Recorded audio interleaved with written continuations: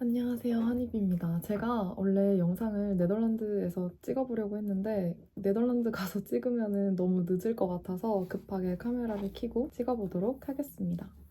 일단 저번 영상에서는 중동 항공사의 장단점을 이야기해봤는데 오늘은 지금 제가 재직 중인 네덜란드 항공사의 장단점에 대해서 이야기를 해볼게요.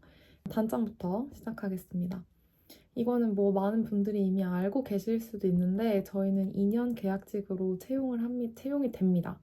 그래서 2년 뒤에는 무조건 퇴사를 해야 돼요. 이거는 타이에 의해서 그만둬지는 거기 때문에 많은 분들이 아쉬워하고 그리고 더 계약을 연장하고 싶어서 많은 시도를 한다고 하는데 한 번도 된 적이 없습니다. 있기는 있는데 그게 거의 뭐 바야흐로 20년, 30년 전으로 거슬러 올라가야 되는데 그분들도 뭐 네덜란드나 뭐 아니면 유럽 국적인 남성분이랑 뭐 결혼을 해서 영주권을 받아서 또 네덜란드어를 또 마침 할 줄 알아서 제 면접을 보고 입사를 한 걸로 알고 있거든요. 그래서 쉽지 않고 이렇게 되는 경우가 정말 드물고 없다고 보는 게 맞는 것 같아요. 그래서 만약에 본인이 네덜란드 말을 할 줄 알고 영주권이 있으면 굳이 뭐 국내에서 입사를 할 게 아니라 그냥 바로 네덜란드 현지에서 네덜란드 사람들처럼 입사를 하시면 될 것 같아요. 그리고 저희 계약 기간이 2년인데 2년보다 더 일을 하게 되면 무조건 정규직으로 전환을 시켜줘야 하는데 정규직으로 전환을 했을 때 해야 될 그런 게 되게 많대요. 그리고 이게 financially it's not easy for them. 그래서 2년 이외에는 거의 웬만하면 계약이 연장이 되지 않는다고 합니다. 그리고 인천이랑 네덜란드 이 노선에만 배치가 돼요. 그래서 한국과 네덜란드만 오가는 승무원으로 탑승을 하기 때문에 많은 분들이 이제 여행을 하려고 승무원을 했던 분들은 좀 그게 아쉽다 이렇게 말씀하시는 분들도 있고 저처럼 이제 뭐 이미 경력이 있고 여행을 많이 해본 분들은 이 노선을 더 선호하기도 해요. 저는 정말 호인데 이유는 서울이랑 네덜란드만 오가지만 네덜란드에 대해서 좀 더 깊게 알 수가 있잖아요. 아부다비에서 이제 근무를 했을 때는 진짜 막 24시간 그 나라에 있다가 오고 이러는데 진짜 자기 바쁘고 힘들고 나갈 수가 없어요. 나갈 수가 없고 뭐 나간다고 해도 그냥 진짜 유명한 뭐 에펠타워 보고 루브르 박물관 가고 근데 그런데 다 다녀봐야 남는 게 하나도 없습니다. 그래서 제가 요즘 들어서 생각하는 여행의 방식은 그 나라에 못해도 2주 이상 있으면서 그 나라의 문화나 역사, 정치, 사회를 조금이라도 맛볼 수 있다면 그거야말로 좋은 여행이 없는 것 같아요. 그래서 여행에 대한 시선의 차이로 보면은 이게 장점으로 보일 수도 있고 단점으로 보일 수도 있는 것 같습니다. 그리고 시차 적응인데요. 저는 아직도 적응을 하지 못했고, 앞으로도 적응을 못할 것 같고, 퇴사할 때 다시 이제 한국 시간에 살지 않을까라는 생각을 해봅니다. 왜냐면 1년 동안 제가 시도를 해봤는데 쉽지 않더라고요.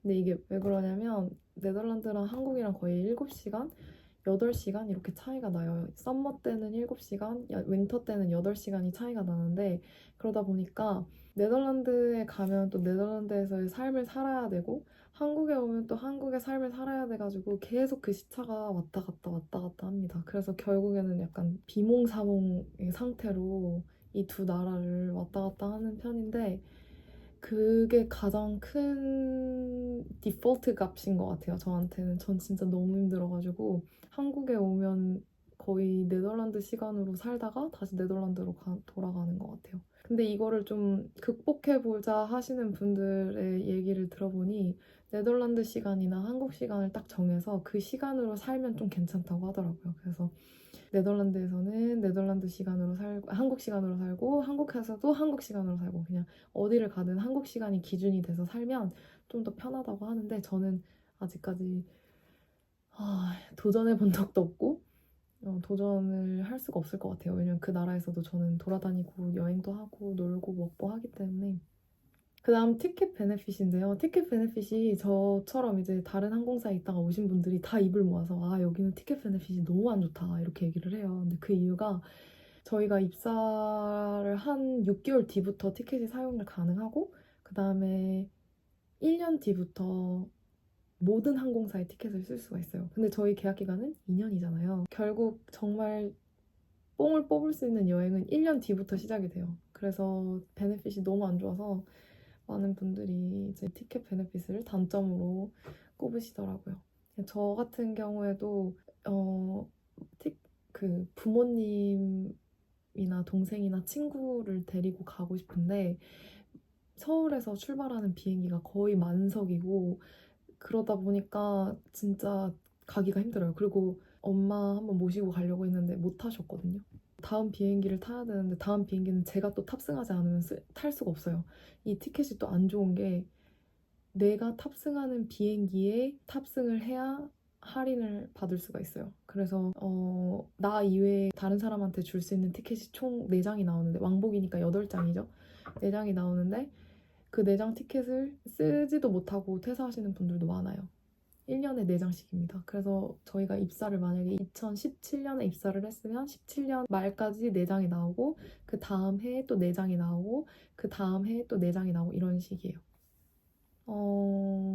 장점으로 한번 넘어가 볼게요. 장점은 자유로운 분위기인데요. 제가 전에 있던 항공사보다 더 자유로워요.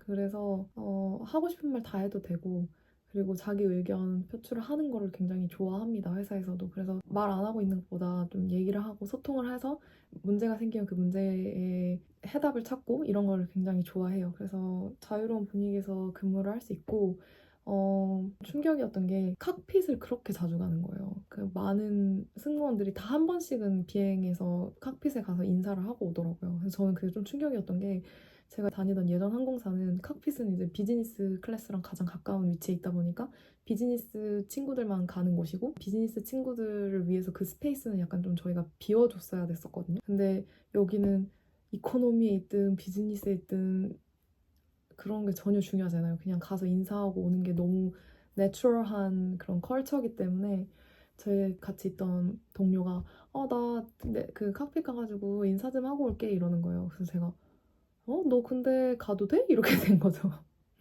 저는 이제 네덜란드에 입사한 지 얼마 안 됐을 때여가지고 근데 지금은 이제 저도 가끔 가서 인사하고 오고 막 그럽니다. 그리고 12개월 일하고 13개월 월급을 받아요. 저희가 진짜 이게 최고인데요. 약간 보너스 느낌으로 12개월 일을 하면 13개월치의 월급을 받는데 중동에서는 정말 상상도 할 수 없었던 그런 베네핏이어서 제가 장점에 넣어봤습니다.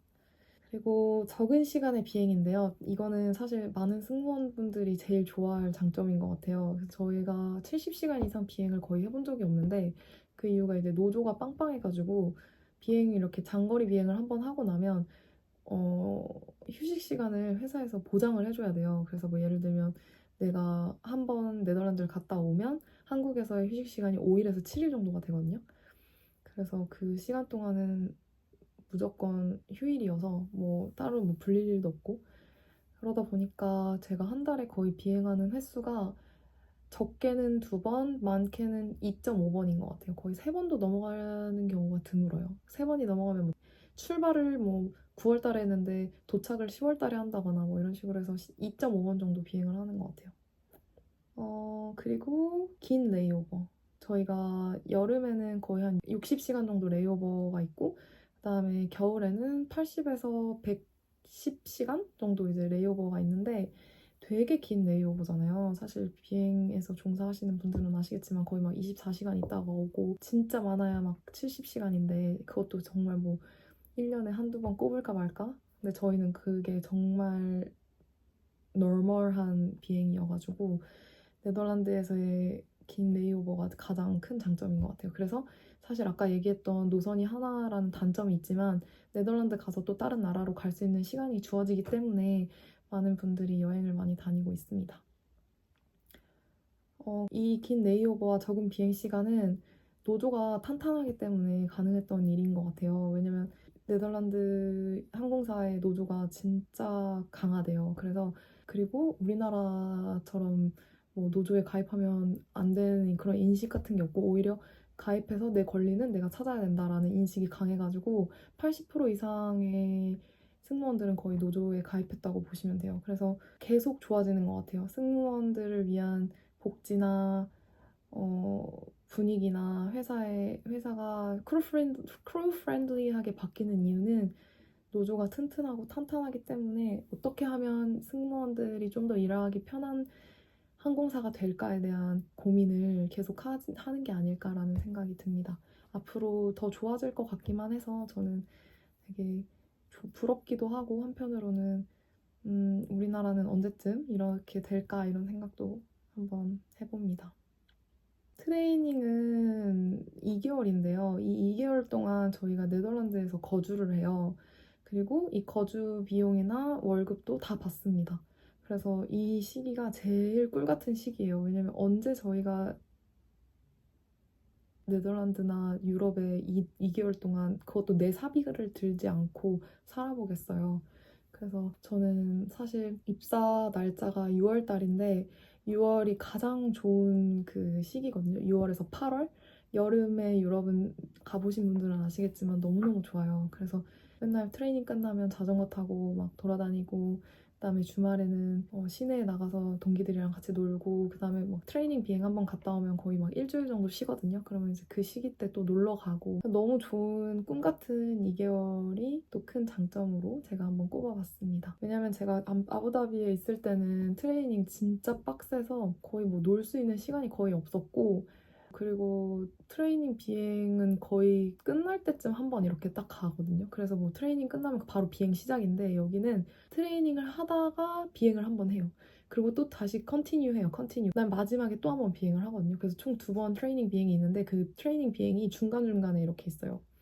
그래서 그 비행을 한번 갔다 오면 일주일 쉬고 이렇게 되기 때문에 2주 동안 어디 놀러 갈 수 있는 시기가 생깁니다.